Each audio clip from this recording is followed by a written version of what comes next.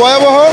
Main রোডেও আমরা থাকতে পারতেছি না তীব্রতার কারণে। ভিতরে যারা রেস্কিউ করছে ওনারা বেরোচ্ছে, ওনাদের ট্রিটমেন্ট দিচ্ছি, আবার যাচ্ছে, আবার বেরোচ্ছে, আবার যাচ্ছে। আগুনের ভিতর দিয়েই কোনো রকম বের হয়ে এসে করছি। আমার লোকজন যেগুলো ছিল ফ্যাক্টরিতে 18 জনের মতন, তারাও বের হয়েছে। ফার্স্ট রেসপন্ডার তাদের থেকে আমরা যখন শুনলাম যে তারা অনেকেই চলে যেতে পেরেছে, বাট ইনারা হয়তো টক্সিক গ্যাস ইনহেল করেই ওখানে আপনার মৃত্যুবরণ করেছে বলে আমরা ধারণা করছি। তবে এটা বিস্তারিত অবশ্যই তদন্ত করে জানা যাবে। তবে আমরা এ পর্যন্ত 9টি লাশ পেয়েছি। যেই কেমিক্যাল গোডাউনটি রয়েছে, আমি এইমাত্র দেখে আসলাম যে এটা এখনও ভিতরের দিকে আগুন জ্বলছে। সুতরাং এটা কিন্তু আসলে রিস্কি। আমরা ওখানে কাউকে অ্যালাউ করছি না, ইভেন আমাদের ফায়ার ফাইটারদেরকেও অ্যালাউ করছি না। ন্যূনতম 300 গজ আপনারা ভিতরে কেউ আসার চেষ্টা করেন।